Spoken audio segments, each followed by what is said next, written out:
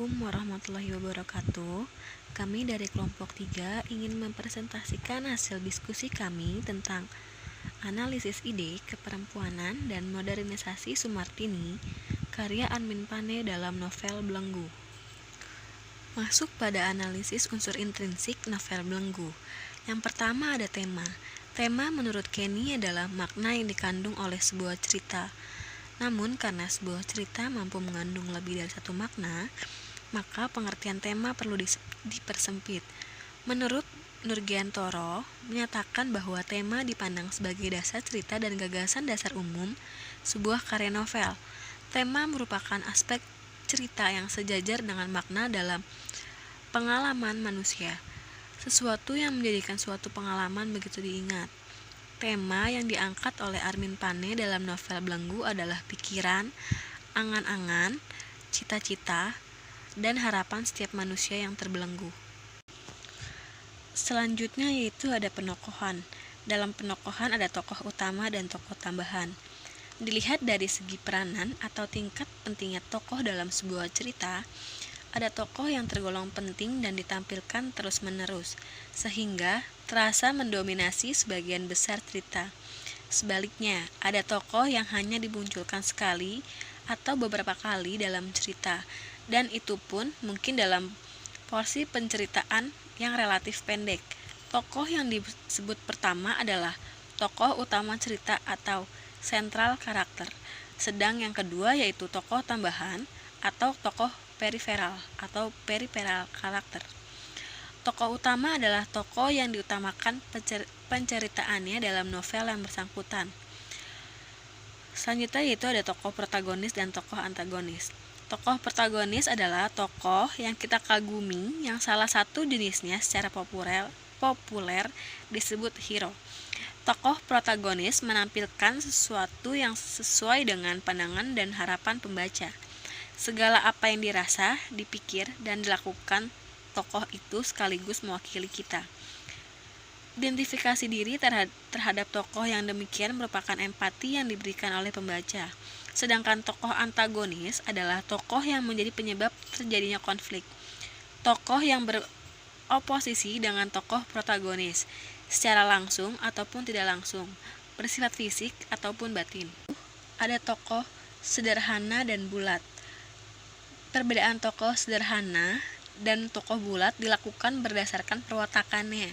Tokoh sederhana dalam bentuk yang asli adalah tokoh yang hanya memiliki suatu kualitas pribadi tertentu, satu sifat watak tertentu saja. Tokoh bulat adalah tokoh yang kompleks, berbeda halnya dengan tokoh sederhana. Tokoh yang memiliki dan diungkap berbagai kemungkinan sisi kehidupannya, sisi kepribadian dan jati dirinya. Ini ada tokoh statis dan tokoh berkembang. Tokoh statis adalah tokoh cerita yang secara esensial tidak mengalami perubahan dan atau perkembangan perwatakan sebagai akibat adanya peristiwa yang terjadi. Tokoh ini tampak seperti kurang terlibat dan tidak terpengaruh oleh adanya perubahan-perubahan lingkungan yang terjadi karena adanya hubungan antar manusia. Tokoh berkembang adalah tokoh cerita yang mengalami perubahan dan perkembangan perwatakan sejalan dengan perkembangan dan perubahan peristiwa Belenggu ini. Yang pertama ada tokoh Soekartono. Soekartono di sini adalah merupakan tokoh utama. Soekartono sebagai dokter yang memiliki sifat baik, suka menolong, pintar, tidak pemarah, ragu-ragu dan kesepian dari kasih sayang istrinya. Seiring dengan terjadinya konflik dalam kehidupannya, tokoh Soekartono adalah tokoh berkembang. Yang kedua ada tokoh Sumartini. Sumartini ini adalah tokoh utama tambahan. Sumartini adalah istri Soekartono yang memiliki sifat baik, pintar, pemarah, egois, keras kepala, ambisius, bebas, dan aktivis. Seiring dengan terjadinya konflik dalam kehidupannya dengan Soekartono, tokoh Sumartini ini adalah tokoh berkembang. Yang ketiga itu ada tokoh Rohayah atau Nyonya Eni atau Siti Hayati yang merupakan tokoh utama tambahan. Rohayah adalah tetangga Soekartono di Bandung dan memiliki sifat pintar, agresif, penggoda, perhatian, mengalah, dan ramah. Konflik dalam kehidupannya, sebelum bertemu Soekartono yang pernah menjadi pelacur dan nyai seorang Belanda, menjadikan tokoh Rohayah adalah tokoh berkembang. Selanjutnya itu ada Aminah. Amina adalah tokoh tambahan. Amina adalah teman perkumpulan Tini yang memiliki sifat tidak mau, kalah dari Tini dan merasa iri dengan Tini. Selanjutnya ada Abdul. Abdul adalah tokoh tambahan. Abdul merupakan supir Sukartono. Abdul adalah tokoh yang memiliki sifat penurut dan banyak bicara serta bermulut bocor. Selanjutnya ada Karno. Karno adalah tokoh tambahan. Karno merupakan bujang atau jongos Sukartono. Karno memiliki sifat penurut dan melakukan pekerjaan dengan baik dan tepat. Selanjutnya itu ada Hartono. Hartono adalah tokoh tambahan utama.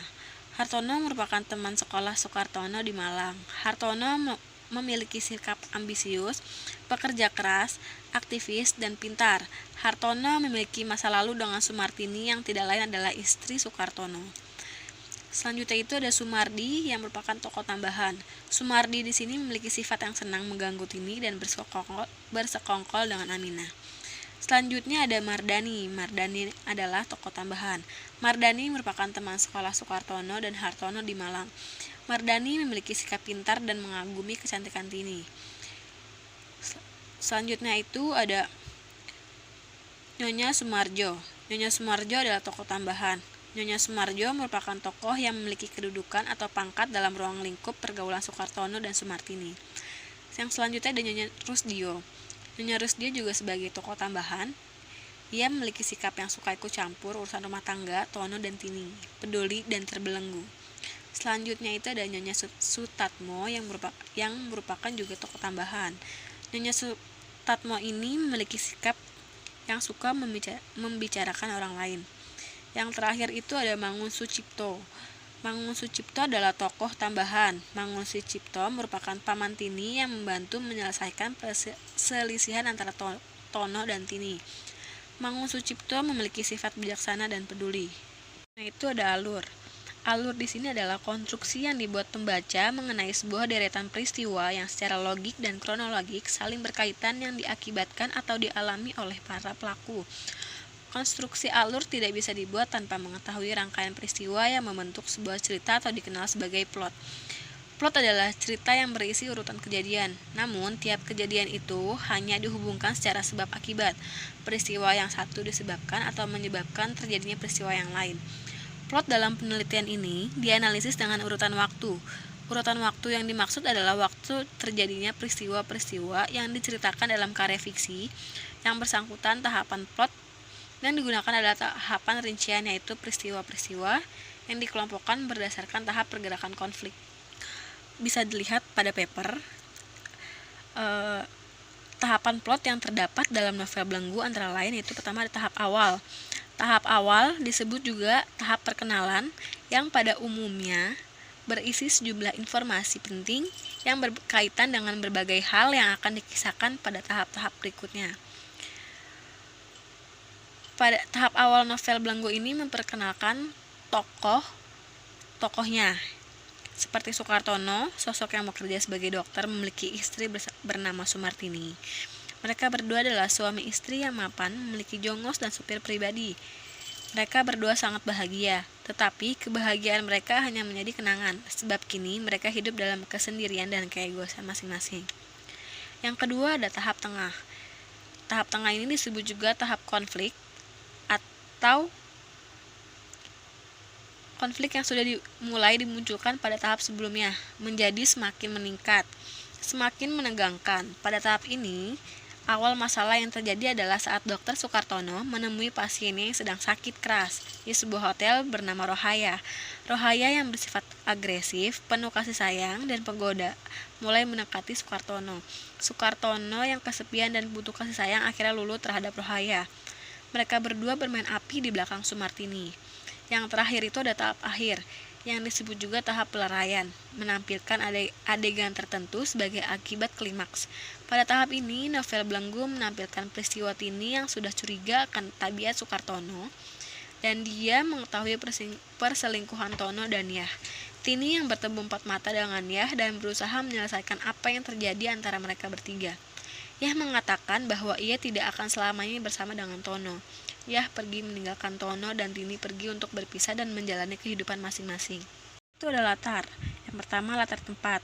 Latar tempat menyaran pada lokasi terjadinya peristiwa yang diceritakan dalam sebuah karya fiksi.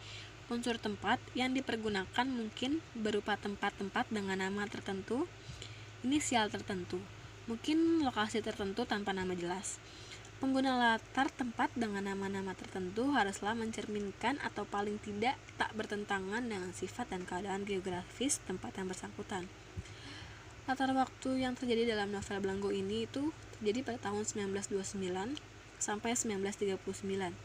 Hal ini diperjelas dengan peristiwa tokoh Mangun Sucipto atau Paman Tini yang bergabung menjadi anggota Budi Utomo dan peristiwa Hartono atau teman Soekarno yang bergabung dengan PNI atau Partai Nasional Indonesia serta penangkapan Insinyur Soekarno atau Ketua PNI.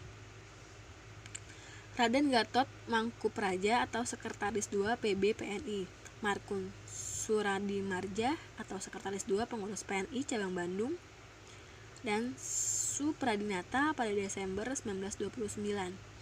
Selanjutnya itu di latar sosial. Latar sosial merupakan hal-hal yang berhubungan dengan perilaku kehidupan sosial masyarakat di suatu tempat yang diceritakan dalam karya fiksi. Tata cara kehidupan sosial masyarakat mencakup berbagai masalah dalam lingkup yang cukup kompleks. Ia dapat berupa kebiasaan hidup, adat istiadat, tradisi, keyakinan, pandangan hidup, cara berpikir, dan bersikap.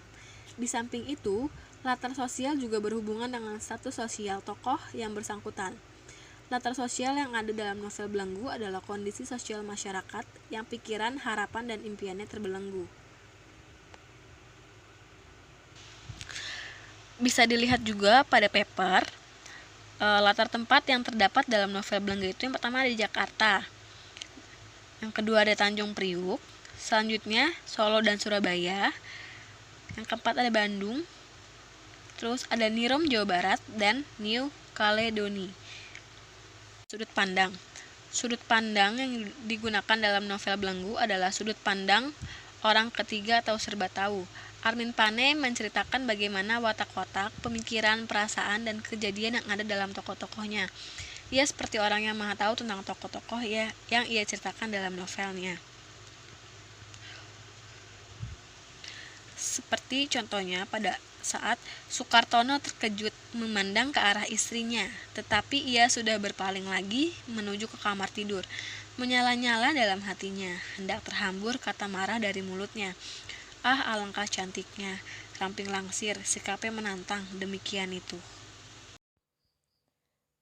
Baik, selanjutnya saya akan membahas tentang analisis isi, yaitu ada analisis modernisasi tokoh Sumartini dalam novel Belenggu. Nah, teoretisi modernisasi merumuskan proses kemajuan ini dengan beberapa ciri, yakni modernisasi merupakan proses bertahap, modernisasi merupakan proses homogenisasi. Nah, modernisasi merupakan proses peniruan terhadap negara-negara maju barat. Modernisasi merupakan suatu proses yang tidak bergerak mundur. Modernisasi merupakan proses progresif dan modernisasi memerlukan waktu yang cukup panjang. Nah, Sumartini atau yang biasa disebut Tini adalah gambaran dari perempuan modern, kaum intelek yang memiliki kepekaan sosial yang cukup tinggi, bebas dalam berperilaku, berkata, serta berpikir dengan rasional, keras kepala, dan seorang aktivis. Dibandingkan dengan kaum perempuan pada masanya itu, Tini lebih maju dan berani dalam membangkai dan memberontak terhadap norma-norma masyarakat yang berlaku. Nah, Tini mengkritisi keberadaan perempuan dalam zaman yang dinilai masih berada di bawah kehendak kaum laki-laki. Nah, di sini ada contohnya. Baiklah, kalau ku uraikan panjang-panjang, aku belum sampai ke tepi. Aku sudah karam dekat akan sampai. Jangan, mari ku baca dahulu terusannya. Yuk, waktu sekarang 2 buah jalan yang dapat ditempuh anak gadis bangsa kita. Nah, eksistensi perempuan dulu yang selalu berada di bawah kekuasaan dan bayang-bayang lelaki menjadikan mereka sebagai sosok yang harus siap diinjak-injak dan menjadi korban. Ketika itu banyak perempuan yang menikah bukan karena didasari oleh cinta, tetapi mereka terdesak oleh perasaan malu dan perkataan yang perolok karena tidak laku. tanpa sadar menjadikan kaum perempuan sebagai korban karena tidak berdaya akibat kewenang-wenangan kaum laki-laki. Ada kutipan dari novel Belenggu yaitu tentang memang kita perempuan mesti suka merunduk seperti Tini berhenti sejurus, mencari bandingan lalu tersenyum masam. Tidak dapat ditahannya. Hatinya hendak juga mengejek ditulisnya seterusnya. Jembatan gantung kalau dipijak-pijak, menurut saya itulah yang mesti menjadi cita-cita kita. Nah, dari keadaan tersebut dapat dijelaskan adanya bukti yang dapat dilihat dari artikel yang ditulis oleh Ni Syarif dalam majalah Posta terbitan Juli 1940 yang berjudul Arti Wanita Taman Siswa di dalam Taman Siswa. Nah, realitas tersebut yang menjadikan Tini sebagai tokoh pemberontak atau menentang penindasan kaum laki-laki terhadap perempuan dan terenggutnya kebebasan perempuan, Tini menyuarakan bagaimana peran perempuan yang harus menjadikan pemimpin atas dirinya sendiri. Mereka tidak boleh terbelenggu kembali oleh kesengsaraan.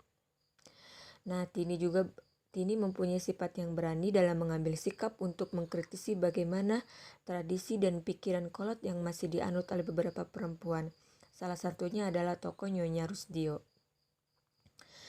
Nah, Tini sebagai istri yang berpikiran modern dan berani melepas nilai-nilai norma tersebut, Tini menyerukan bahwa perempuan juga berhak untuk mendapatkan hak dan kebebasan seperti suami-suami mereka yang bebas melakukan apa saja. Ia menegaskan bahwa kaum perempuan berhak untuk menyenangkan pikiran, menggembirakan hati dan berkemauan sendiri.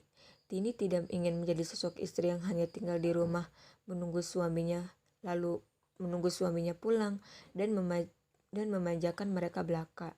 Istri yang demikian ibarat sebagai barang simpenan yang berbedak dan berpakaian bersih, sekali setahun dijemur di luar. Tini menolak situasi yang demikian dan menjadikan hal tersebut sebagai gejolak untuk menunjukkan bahwa perempuan bisa hidup tanpa belas kasih seorang lelaki sebagai perempuan mandiri dan menentukan nasib sendiri. Nah, pembahasan dari gagasan emansipasi dan pergerakan modern seperti yang dilakukan oleh Tini tentu saja ia dapat dari kedudukannya sebagai orang terpelajar, istri dokter, dan aktivitas. Tini sebagai perempuan yang berhasil mengenyam pendidikan perlahan meniadakan marginalisasi terhadap perempuan pada zaman itu. Tini berhasil mewujudkan hasil pendidikan yang menjadi salah satu jalan untuk menyejarkan kedudukan antara perempuan dan laki-laki. Nah, ada lagi nih marginalisasi yang terjadi dengan Tini dan perempuan saat itu tidak menjadikan Tini sebagai perempuan yang mengurung diri, terkekang, dan tertindas. Pernikahan Tini dengan Tony tidak menjadikannya sebagai sebuah hambatan untuk menunjukkan diri sebagai perempuan yang modern. Di sini ada kutipan dari novel Belenggu. Di sini ada Tini tersenyum sambil menggeleng-geleng kepalanya. Dalam hatiku sudah putus, itulah jalan yang sebaik-baiknya. Biasanya yang menanggung ialah pihak perempuan. Sudah tetap putusku. Aku maklum rasionya kau suka memikulnya. Kau laki-laki, tidak mengapa aku hendak ke suara untuk kongres. Aku berkenalan dengan Nyonya, dari sana dia mencari perempuan untuk memimpin rumah. Piatu perkumpulan, besoklah aku pergi. Kutipan dari atas dapat dijelaskan Sumartini tampil sebagai tokoh fiksi seorang perempuan atau istri dan manusia yang mengedepankan untuk pembebasan kaum perempuan dari marginalisasi yang menyangkut masalah tradisi, kedudukan, moral, perilaku, dan lainnya. Tini melahirkan citra pribadi manusia yang secara utuh menurut eksistensi asasinya tanpa kehilangan kodrat untuk memilih serta melakukan hal yang sepatutnya membuat ia senang. Kemudian tokoh Sumartini dalam novel Belenggu dirasa sebagai sosok perempuan yang inkonvensional pada saat itu. Jadi tokoh Sumartini itu tokoh yang diciptakan oleh Armin Pane adalah sosok pahlawan perempuan yang saat itu berani mendobrak dan membelakangi norma serta adat istiadat yang sifatnya mengikat kebebasan wanita. Tini sebagai sosok perempuan yang bebas terpelajar, keras kepala, dan aktivis, membawa pembaharuan bagi dunia sastra Indonesia. Jadi menurut saya itu perempuan tidak selalu menunjukkan eksistensinya sebagai citra yang keberadaannya hanya di rumah tangga, dapur, dan ranjang, tetapi perempuan juga menjadi pemimpin atas dirinya sendiri, memerdekakan hak yang selama ini dikungkung oleh kaum laki-laki. Jadi Sumartini muncul sebagai tokoh seorang perempuan dan manusia yang mengedepankan upaya pembebasan kaum perempuan dari marginalisasi yang menyangkut masalah tradisi, kedudukan moral, perilaku, dan lainnya. Dan Tini melahirkan citra pribadi manusia yang secara utuh menurut eksistensi asasinya tanpa kehilangan kodratnya sebagai perempuan atau istri. Tini juga bisa disebut tokoh yang membawakan citra konvensional dan berpikiran ke depan. Mungkin itu saja dari analisis yang saya bahas tentang tokoh Sumartini dalam novel Belenggu.